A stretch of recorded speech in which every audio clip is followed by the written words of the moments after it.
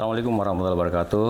Selamat siang, salam sejahtera semua untuk pemirsa Star News TV di mana saja Anda berada saat ini. Di kesempatan siang hari ini kembali kita berjumpa di suasana yang berbahagia, dan saat ini saya berada di salah satu ruang praktek klinik, salah satu bidang studi kemahasiswaan di Universitas Patriarta Makassar, dan tentu saja di kesempatan berbahagia ini telah hadir tamu kita, yakni salah seorang Direktur Wellness Patria Indonesia, di mana dalam merupakan salah satu program yang membidangi tentang masalah program unggulan, yakni kesehatan masyarakat untuk Prodi S1.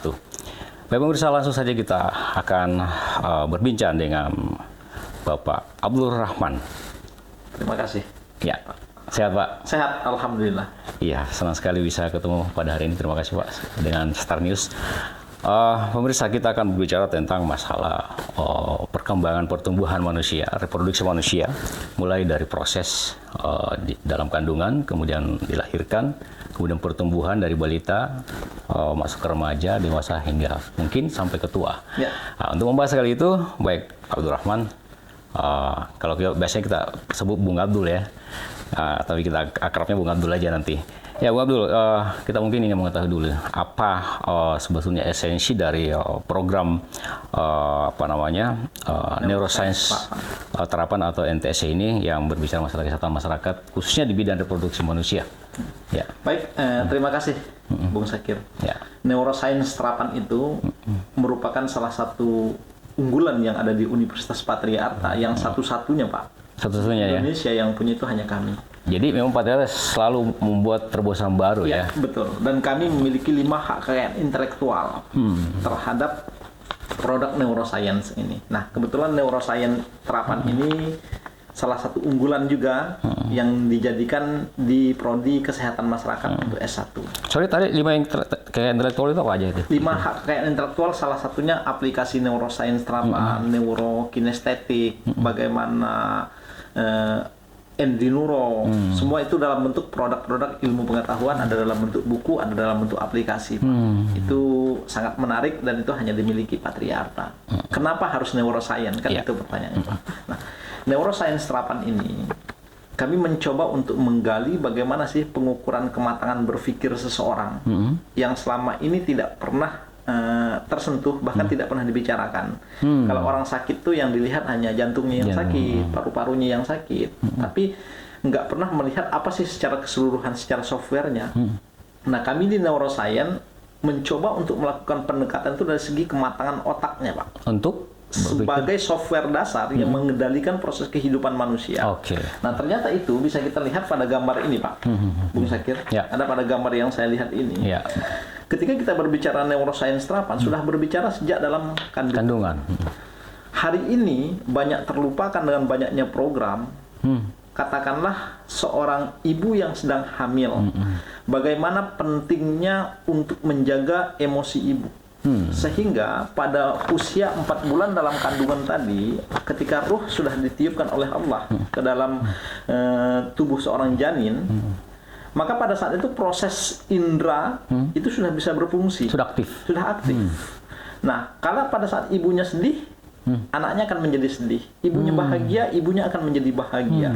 Nah, dalam konteks keseharian sebagai praktisi neuroscience terapan itu Pak, banyak sekali saya menemukan anak-anak yang usia katakanlah 16 tahun, 19 tahun, bahkan ada 24 tahun. Mereka mogok kuliah, mereka tidak mau belajar.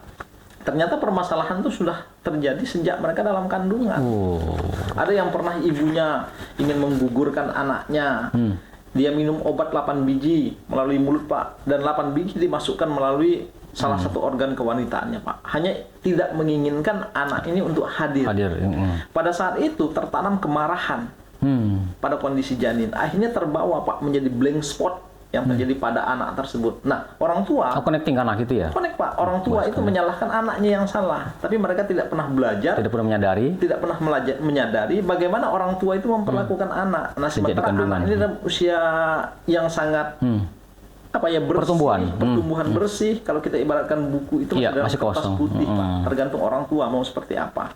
Nah, ini yang coba kita lakukan edukasi melalui pendekatan ini sehingga melihat manusia itu secara utuh, melihat anak itu secara utuh, Pak, nggak sepotong-sepotong. Kemudian yang kedua, bagaimana sih prosesnya ketika lahir, Pak? Lahir saja itu sudah berpengaruh, Pak. Nih, seperti gambar ini, Pak. Anak yang dilahirkan dengan normal dan anak yang dilahirkan dengan cara sesar.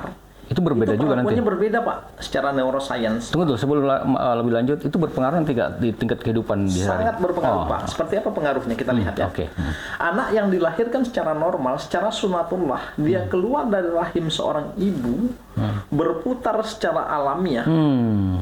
Pada saat berputar itu secara alamiah, tulang leher ini, biasa cervical kalau kita sebut dalam dunia kesehatan itu, pada saat tulang ke-7 tersentuh akan mengaktifasi jempol dan telunjuk, 8 dan seterusnya, itu terjadi secara alamiah dalam hitungan detik, Pak.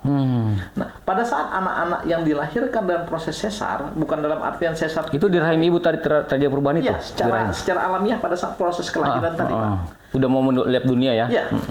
Per sekian detik itu, Pak, proses aktivasi itu terjadi secara alamiah. Tapi pada saat anak yang dilahirkan dengan sesar, hari ini kan sangat tren tuh, Pak. Sangat tren. Bukan sesar itu tidak baik, sesar itu sangat baik, Pak, apabila ada indikasi. Aku tuh tertentu ya, kondisi tertentu ya. Indikasi tertentu, sangat baik, sangat bagus. Tapi apabila orang tua ini tidak melakukan stimulus sejak dini yang harusnya proses alamiah tadi terjadi pada tulang ke-7, ke-8 dan 9 pada area leher ini, Pak, secara alamiah tersentuh, dia mengaktifasi lengan siku, mengaktifasi motorik-motorik halus, ini tidak terjadi. Maka resiko yang akan terjadi nanti apabila tidak dilakukan stimulasi, istilahnya, Pak, oleh orang tua sejak usia dini. Stimulasi itu sejak kapan? Sejak pada saat anak itu dilahirkan, Pak. Itu proses stimulus itu harus pada saat keluar dunia. Ya, ada proses stimulusnya itu sudah dimulai sesuai dengan tumbuh kembang mereka kebutuhannya. Maka resiko yang akan muncul itu, Pak, dalam praktik kami, Pak, di ruangan ini, banyak anak-anak yang speed delay, terlambat dalam berbicara, terlambat dalam berbicara, Pak, terlambat dalam menulis, terlambat dalam berhitung, hanya karena proses alamiah tadi yang tidak terjadi dengan begitu baik. Berarti pengaruh sekali ya. Kenapa kita harus tahu? Nah, ini ilmu semua orang, Pak. Tapi kita harus edukasi bagaimana pengaruhnya tadi ketika tidak dilakukan stimulasi sejak dini. Nah, orang-orang tua, khususnya kenapa kesehatan masyarakat, mereka lah sarjana-sarjana nanti yang akan bersentuhan dengan masyarakat yang untuk mengedukasi itu, Pak. Dari segi bagaimana kesiapan anak itu sendiri dari proses kelahiran tadi. Yang kedua, Pak, pada saat proses dia merangkak, nih, Bung Syakir bisa lihat nih, betul. pada saat proses merangkak itu bukan hanya dilihat secara merangkaknya, Pak, tapi ini mengandung makna dan pembelajaran pesan yang sangat baik yang dikirimkan oleh seorang anak. Contoh, pada saat dia merangkak, tangan kanannya ke depan satu, kaki kanannya ke depan satu arah, Pak. Bersamaan gitu ya? Itu homolateral, Pak. Homolateral, masih bersamaan. Tangan kanan ke depan, kaki kanan ke depan, dan seterusnya maju atau mundur. Dilihat itu ketahuannya, Pak, pada saat kita uji 4 meter pergerakannya, Pak. Maju atau mundurnya. Itu gerak jalan itu ya? Iya. Berlaku pada anak SD, berlaku pada anak SMP, berlaku juga pada anak-anak SMA atau mahasiswa, Pak, yang perguruan tinggi itu. Banyak kita temukan. Kalau merangkaknya masih satu arah tadi, Pak, tangan kanan ke depan, kaki kanan ke depan, dan seterusnya maju dan mundur, itu menggambarkan, Pak, secara keseluruhan anak itu, dia hanya mampu menerima terhadap satu perintah saja. Berarti ada kekurangan? Ya, hanya satu perintah saja, Pak. Jadi kalau nanti dia diberikan pelajaran oleh guru, diberikan pelajaran oleh dosennya, lebih daripada satu dalam waktu yang bersamaan, dua-duanya tidak ada yang selesai, Pak. Karena tubuhnya hanya merespon terhadap satu perintah saja, Pak. Nah, ini yang tidak diketahui oleh para pendidik, oleh para guru, betapa pentingnya kita untuk melihat proses merangkak tadi, Pak. Dan bahkan kami di Makassar, kita mengeluarkan anak-anak dari sekolah berkebutuhan khusus itu hanya dengan cara merangkak yang baik aja, Pak. Yang selama ini bicara balita ya? Balita, Pak. Merangkak dengan baik saja mereka, itu sudah menimbulkan makna yang paling baik. Nah, kapan merangkak yang paling bagus, Pak? Pada saat dia bersilang antara tangan kanan ke depan, kaki kiri ke depan. Oh, bersamaan ya. Sama dengan bersamaan bersilang. Bersilang, Pak. Silang, maju dan mundur. Itulah yang diharapkan. Tapi sangat jarang, Pak. Tapi itu bisa melalui latihan ya? Bisa, Pak. Harus dibimbing ya? Itu dibimbing, itu ada teknik. Tapi kadang-kadang refleks mereka anak-anak itu refleks tapi harus diarahkan. Ya, maka nanti anak itu kan lebih banyak contoh, Pak, dicontohkan. Maka stimulusnya ini yang diberikan. Nah, salah satu stimulusnya itu ada di tempat ini, Pak. Berarti lebih banyak gerakan ya daripada speak-nya, bicaranya. Iya, karena anak itu kan dia lebih mudah dengan responnya, contoh, Pak. Responnya. Merangkak, Pak. Bagaimana pengaruh merangkak itu terhadap anak di kemudian hari itu sangat signifikan, Pak. Yang berikutnya lagi bagaimana keseimbangannya, Pak. Lihat pada gambar ini. Iya. Ini diuji dengan mengangkat kedua tangan, kemudian dan posisi mata terbuka dan tertutup. Kemudian nanti kita akan lihat mampu nggak anak ini bertahan dalam hitungan persekian detik sesuai dengan usianya, Pak. Kalau katakanlah mereka anak SD tidak mampu bertahan sampai dengan 20 detik, otaknya belum selesai dengan tubuhnya, Pak. Oh gitu. Jadi jangan dulu paksa anak ini untuk belajar, jangan paksa dulu anak ini untuk melakukan sesuatu sementara software di dalamnya belum siap. Apa yang indikasi itu bahwa belum siap itu softwarenya dalam bentuk menerima? Pada saat kita uji, Pak. Pada saat jadi harus ada uji ya. Ada perlakuan ya. Ada perlakuan. Nanti ada videonya banyak, Pak. Diuji pada saat direntangkan kedua tangan ke samping, kemudian disuruh buka mata dan tutup mata, lipat kaki kiri ke belakang katakanlah 90 derajat, Pak. Dia disuruh tutup mata. Nanti itu akan goyang, Pak, akan jatuh. Goyang dan jatuh itu mengirimkan pesan kepada kita bahwa anak ini belum stabil. Anak ini belum stabil, belum siap. Ini yang harus disiapkan. Jadi kalau menyangkut masalah pendidikan itu dari kecil itu nggak perlu banyak bicara, itu dulu gerak-geriknya ya. Ini sudah indikator itu yang dibenahin. Betul, ini sudah dipraktikkan oleh nenek moyang kita dulu, orang-orang tua kita. Nggak paham dia tentang neuroscience, Pak. Secara alami saja di mereka ya. Melakukan secara alamiah. Dan itu terbukti memang menciptakan anak generasi yang bagus ya. Generasi hebat yang pemimpin hebat pada saat ini. Oke. Ini bisa dilihat, Pak. Indikator-indikator ini bisa dilihat dari 3 faktor, dari mulai proses kelahiran tadi seperti apa, kemudian pada saat proses merangkaknya seperti apa, dan pada saat keseimbangan seperti apa, itu berpengaruh terhadap kondisi kesiapan anak dalam belajar. Ini baru satu item nih, Pak. Belum kita berbicara bagaimana proses dewasanya, belum kita berbicara bagaimana kinerjanya. Ibu-ibu, bapak-bapak yang saya hormati, bicara tentang pendidikan dan otak, ini sebuah relevansi berpikir dari sebuah proses kehidupan. Tentunya hasil kita adalah produktivitas, efektif dalam berpikir dan efektif dalam hal-hal bertindak secara motorik. Antara sensorik dan motorik harus sebuah perjalanan yang pendek dan bersesuaian. Maka neuroscience itu adalah sebuah ilmu tentang otak. Saya bicara tentang tipe manusia yang hubungannya dengan otak antara sensorik dan motorik. Assalamualaikum warahmatullahi wabarakatuh. Nama saya Nurlela Bonso SPD dari SD Impres Macini 11. Alhamdulillah setelah mengikuti pelatihan neuroscience terapan untuk kematangan berpikir, kami bisa untuk dapat mengetahui perkembangan belajar dari siswa kami, mengenai perkembangan tingkah laku siswa dari latar belakang siswa yang tadinya kami tidak ketahui. Setelah kami mempelajari kematangan berpikir siswa dari pola geraknya siswa tersebut, maka kami bisa mengetahui bagaimana latar belakang dari siswa itu sendiri, dan kami selaku pendidik bisa mengambil langkah-langkah solusi untuk mengatasi masalah dari siswa tersebut. Jadi alhamdulillah pelatihan ini sangat-sangat bermanfaat dan sangat membantu kami dalam pemetaan dengan siswa-siswa kami, dan kami dapat meningkatkan mutu untuk pembelajaran ke depannya. Assalamualaikum warahmatullahi wabarakatuh. Saya Dr. Rini Sipakis, spesialis kedokteran jiwa. 3 hari ini saya mendapat pelatihan neuroscience terapan.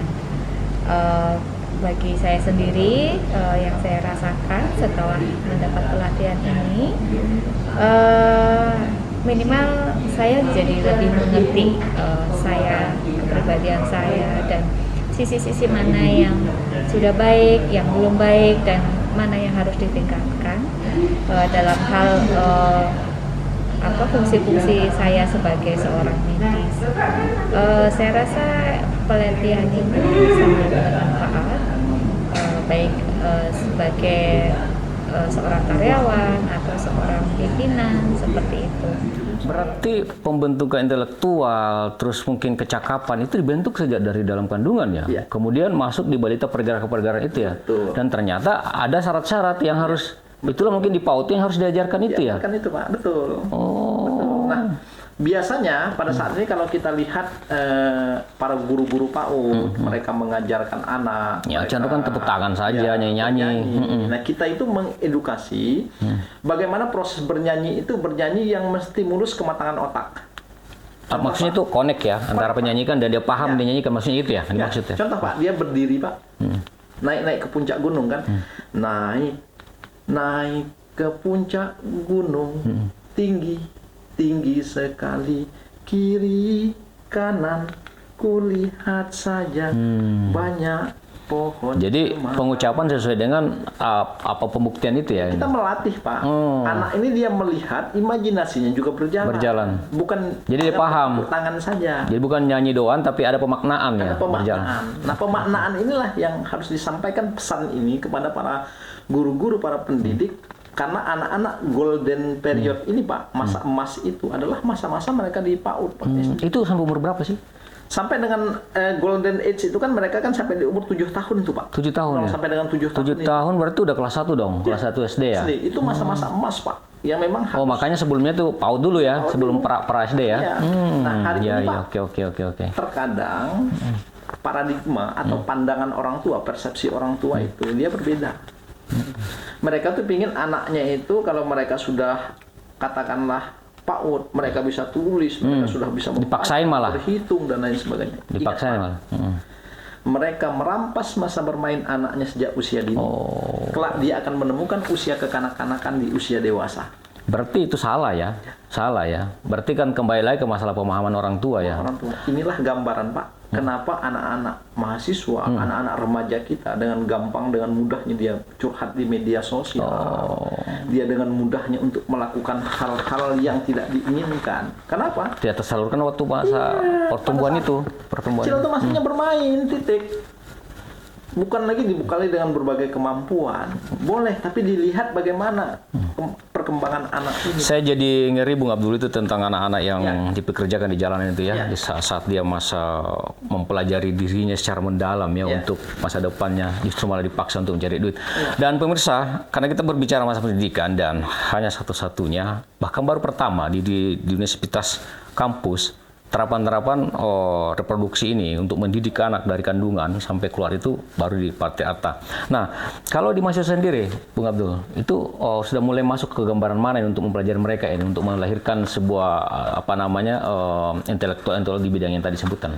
Kalau untuk mahasiswa di Universitas Patria Arta, khususnya kesehatan masyarakat, mereka sudah dibekali dengan kemampuan dasar bagaimana untuk melakukan penapisan, istilahnya Pak. Penapisan. Apa itu maksudnya itu? Penapisan itu adalah kalau kita di kampung itu ada tampi Pak, menapi. Oh, penyaringan. Ya, kita nyaring, kita memilih, Seleksi kita lah, menyeleksi.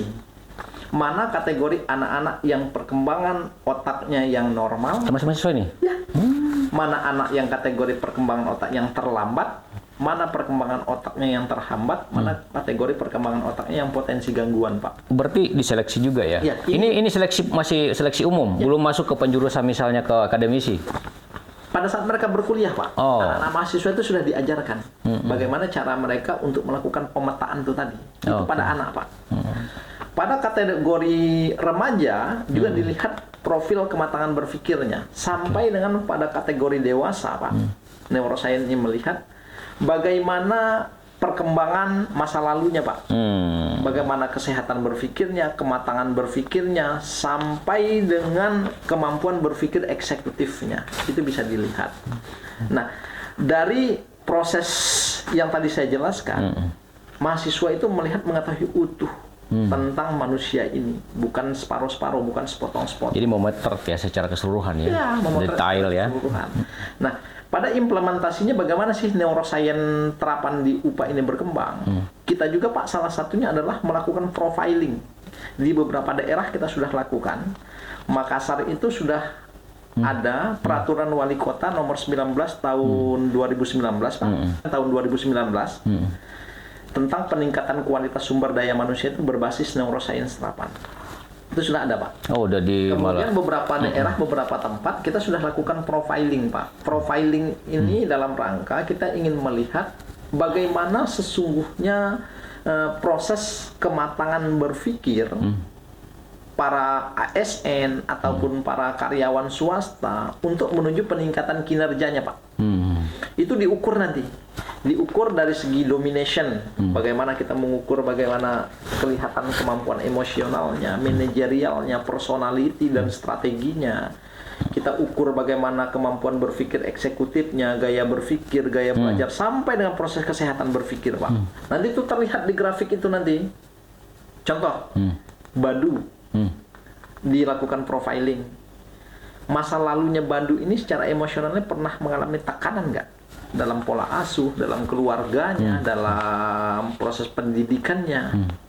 Kemudian secara manajerialnya sudah sesuai nggak? Personality secara kepribadiannya sudah sesuai nggak? Sampai kemampuan strategi dia untuk ke depan sudah sesuai nggak? Sampai dengan level eksekutif brain assessment, kemampuan dia berpikir eksekutif ada 16 item itu kita lihat. Nah, ketika kita ingin melihat kecocokan seseorang itu ingin menduduki suatu posisi atau jabatan tertentu, itu sudah bisa kita lihat. Iya. Sudah bisa kita lihat itu. Oh, ini tidak cocok dia menjadi seorang bendahara. Ini larinya ke psikologis ya? Iya, cocoknya nanti dia hanya menjadi seorang pendidik saja. Ini nggak cocok menjadi seorang pendidik, cocoknya untuk menjadi seorang administrasi saja.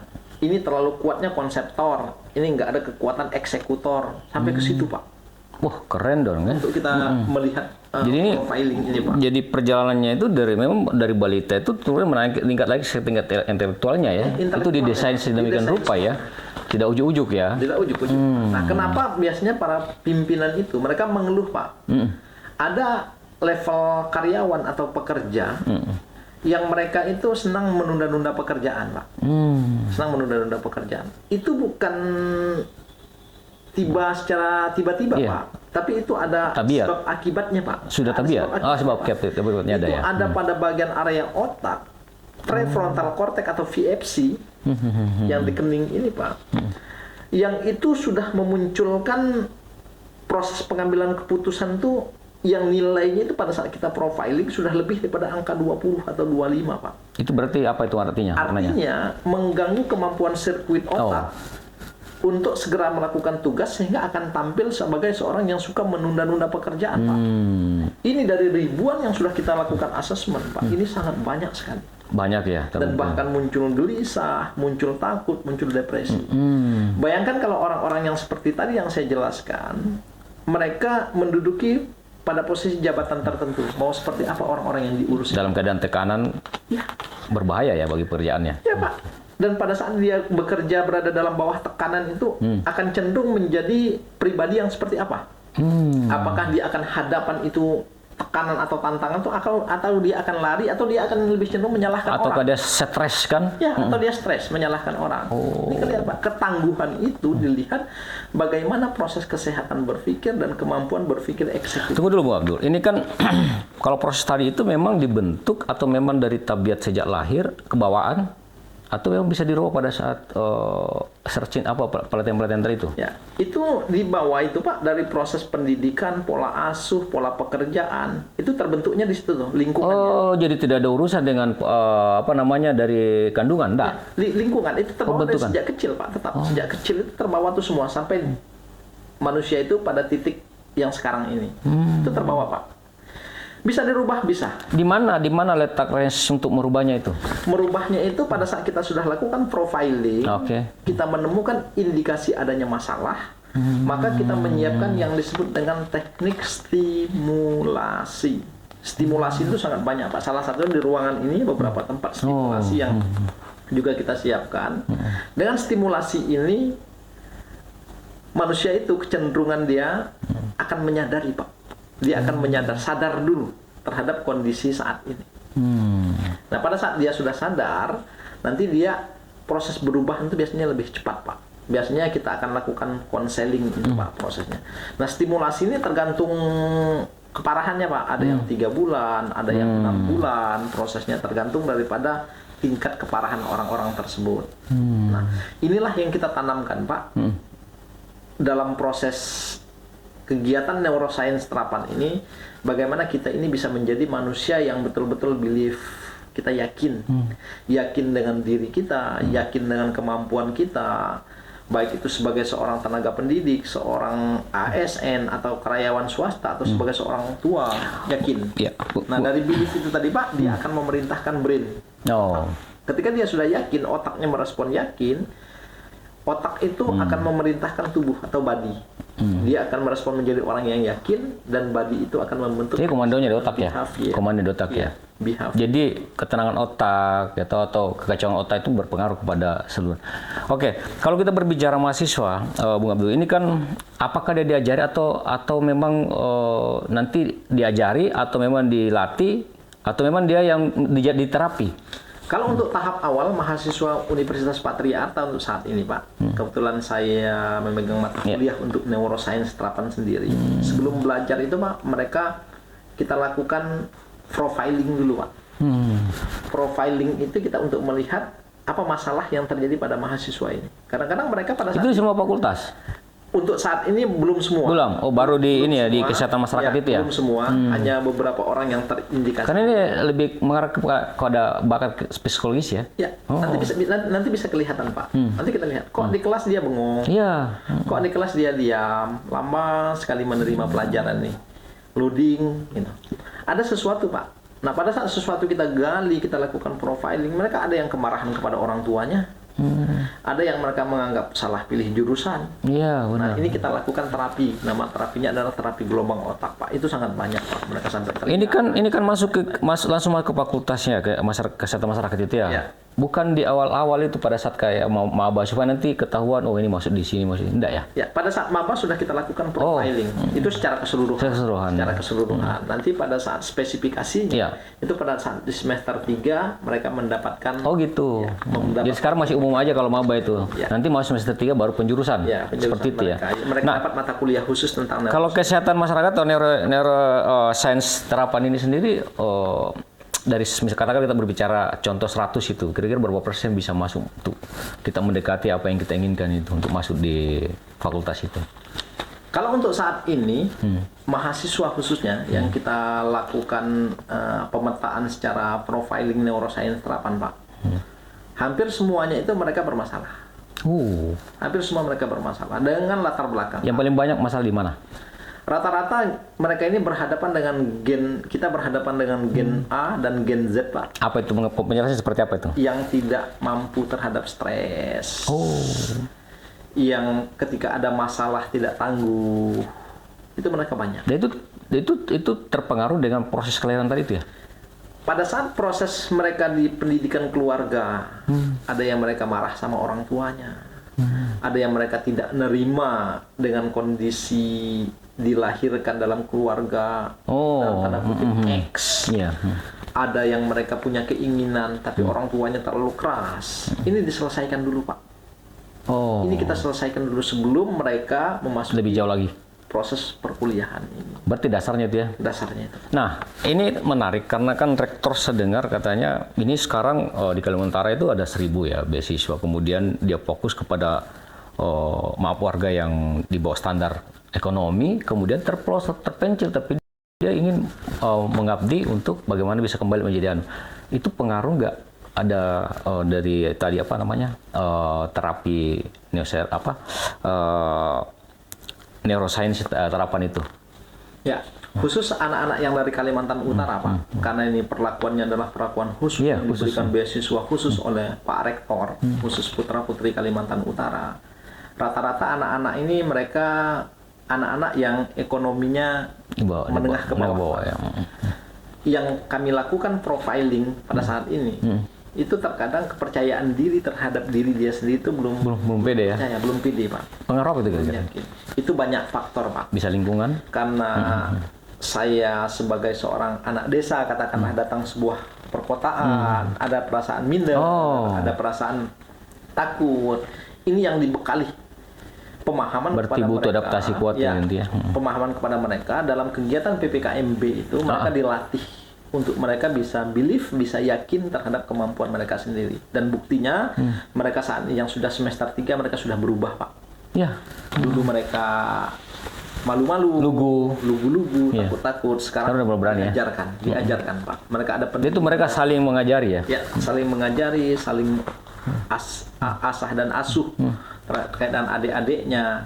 Ini yang sedang kita kembangkan ini, Pak. Nah, kalau kita deteksi ada beberapa persoalan, ya kita selesaikan dengan teknik neuroscience tadi, Pak. Iya, saya kan mengikuti beberapa langkah perkembangan maba ini, dan dengan rekrutan yang kemarin-kemarin, yang sekarang agak lumayan katanya intelektualnya. Padahal ini rekrut dari daerah pedalaman di Kalimantan Utara. Itu ada penjelasan nggak? Apa penyebab pengaruhnya itu kira-kira? Kalau sekarang ini mereka lebih spirit, Pak. Mereka lebih semangat. Oh. Karena sudah ada senior-senior mereka yang mengajari, yang membantu. Yang membantu, mereka merasa tidak sendirian.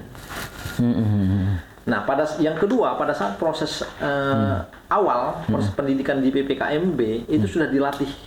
Bagaimana mereka menjadi pribadi yang tangguh, pribadi yang tidak cengeng, yang mereka menjadi orang yang bersemangat, mental segala macam, fisik, jiwa tanpa pantang menyerah. Ini konsep sudah lama dari Patria atau baru? Sudah lama, Pak.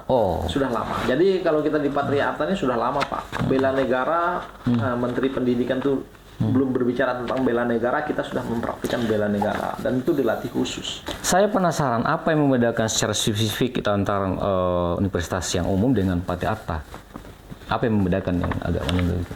Universitas Patria Arta ini dia punya tagline modern, Pak. Modern? Ya. Berbasis teknologi? Menjadi universitas yang modern. Modern itu adalah mandiri, optimis, disiplin, entrepreneur, kemudian religius dan nasionalis. Ini disatukan. Ada 5 tadi ya? Berapa? Ya, ada 5 ya? 5 item tadi 5 disatukan menjadi core value-nya Universitas Patria Arta. Ciri khasnya ya? Ya, ciri khasnya Universitas Patria Arta yang diimplementasikan pada kegiatan-kegiatan sehari-hari. Kalau Bung Sakir lihat, kalau mereka di hari Jumat, mereka berolahraga seluruhnya, Pak. Dari mulai dosennya, wakil rektor, bahkan rektor, mereka olahraga. Kemudian senior-seniornya mereka olahraga, dan mereka juga diajarkan bagaimana praktik bela negara. Kedisiplinan ya, mentalnya, semua diajarkan itu, Pak.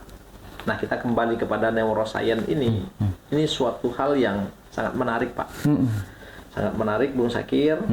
Karena ini kita mengembangkan dan kita lahirkan di Universitas Patria Arta ini untuk Indonesia nanti ke depan. Walaupun dinamika perjalanan ini tidak mudah, tapi kami sangat yakin kami bisa. Dari sudah berapa kali menamatkan? 6 kali ya? Atau 9 kali? Alumni, menghasilkan alumni? Iya, kurang lebih. Sejak didirikan ya? Itu sejak pertama didirikan, aktivitas perkuliahan udah berlangsung tadi tuh? Neuroscience tuh? Sudah, Pak. Universitas Patria Arta ini kan dulu kan dari Setie Patria Arta. Berubah menjadi universitas pada tahun 2009, Pak. Sampai dengan hari ini. Sejak perubahan universitas itu sudah digalakkan. Saya mau menggali agak lebih dalam lagi tentang neuroscience di yang alumninya itu. Apakah ada yang berapa persen yang mampu menerapkan itu atau gimana? Kalau berdasarkan pemantauan. Untuk yang berdasarkan dasar studi, Pak, ya, untuk para alumni kita yang saat ini, mereka mengaplikasikan untuk program neuroscience ini semua lebih banyak itu kepada diri mereka sendiri dan keluarga mereka sendiri. Nah, jadi lari ke situ ya? Lari ke situ, Pak. Karena ini konsep dasarnya di situ. Mereka berubah dari mulai pola berpikirnya, berubah dari mulai pola ucap, pola tingkah dan seterusnya, itu berubah. Nah, ketika perubahan itu sudah mereka rasakan, hari ini mereka ada yang bekerja di perusahaan swasta, ada di BUMN, bahkan mereka juga ada yang menjadi orang-orang yang ASN, menjadi sarjana, ada juga yang menjadi septi, ada juga menjadi paramedik dan seterusnya, karena mereka memiliki ilmu itu untuk tadi. Bagaimana mereka menyelesaikan dirinya dengan cara mereka selesaikan sendiri, Pak. Kalau orang sudah selesai dengan dirinya, saya kira apapun mereka bisa lakukan untuk di kemudian hari. Ya, pemirsa, karena waktu kita agak terbatas sedikit ya. Jadi kalau tadi itu mencangkut masalah teknis dan psikologis ya. Kita mau mengetahui dari Bung Abdul ini tenaga sumber dayanya untuk mendidik itu. Kira-kira udah ideal atau masih butuh pengembangan? Termasuk mungkin alat-alat penunjangnya. Di Universitas Patriarta, fasilitas itu kami sudah lengkapi, Pak. Bung Sakit. Yang berkaitan dengan itu ya? Dan terkait dengan neuroscience sudah lengkap semua. Kita memiliki assessment center. Kita memiliki LS person Universitas Patriarta yang salah satunya fungsinya adalah mengeluarkan sertifikasi kompetensi di bidang neuroscience terapan. Disebut dengan CHAN. Certified Applied Neuroscience. Itu hanya ada di Patriarta. Kemudian untuk terkait dengan laboratorium, kita punya laboratorium, Pak, di lantai 2 itu laboratorium untuk terkait dengan neuroscience. Itu sangat berpengaruh sekali pada perkembangan Ya, server mahasiswa. semua kita sudah penuhi. Termasuk peralatan-peralatan penunjang juga sudah kita penuhi. Nah, memang PR kita ke depan adalah bagaimana untuk mensosialisasikan program neuroscience ini kepada masyarakat sehingga kata neuroscience terapan ini atau NST ini tidak menjadi sesuatu yang asing bagi masyarakat ini. Dan target kami nanti bagaimana ilmu neuroscience ini sampai ke dapur-dapur para ibu-ibu, para ASN sehingga memiliki konsep dasar yang sama bahwa pola berpikir, pola bertindak kita sudah sesuai dengan semestinya. Kalau berbicara minat mahasiswa itu sendiri di neuroscience itu berapa grafiknya? Sangat tinggi, Pak. Tinggi ya? Kebetulan saya yang pegang langsung mata kuliah neuroscience terapan tersebut itu sangat tinggi, antusiasnya sangat baik. Pada saat mereka PKL di lapangan itu, mereka langsung mempraktikkan itu kepada anak-anak. Ada anak sekolah, SD gitu ya? SMP. Jadi semacam volunteer gitu ya? Volunteer itu, Pak. Dan itu kelihatan manfaatnya ya? Ya. Dan mereka yang saya lihat itu proses perubahan. Perubahan perilaku, semangatnya. Kalau dulu mereka suka mengeluh, ada masalah, sekarang dia lebih tangguh, Pak. Penyelesaian masalah itu malah bisa mandiri dia ya. Ya, pemirsa, menarik sekali. Namun waktu kita terbatas, tapi kita ingin mungkin semacam close statement atau mungkin penyampaian kepada masyarakat luas, khususnya pada generasi muda di mana saja berada yang ingin masuk ke ilmu neuroscience terapan ini. Mungkin ada yang mau disampaikan closing statement-nya? Ya, baik. Terima kasih, Bung Sakir. Closing statement daripada saya, khusus untuk orang tua, jangan rampas masa bermain anak sejak usia dini. Kelak kita akan menemukan usia kekanak-kanakan di usia dewasa. Untuk program neuroscience ini bukan hanya terkait dengan proses pendidikan, tapi neuroscience ini sangat luas, termasuk dengan placement test, penempatan orang-orang pada jabatan tertentu, dan secara lebih dalam nanti kita bisa ungkap siapa dirinya. Seperti apa karakternya. Seperti apa karakter kita.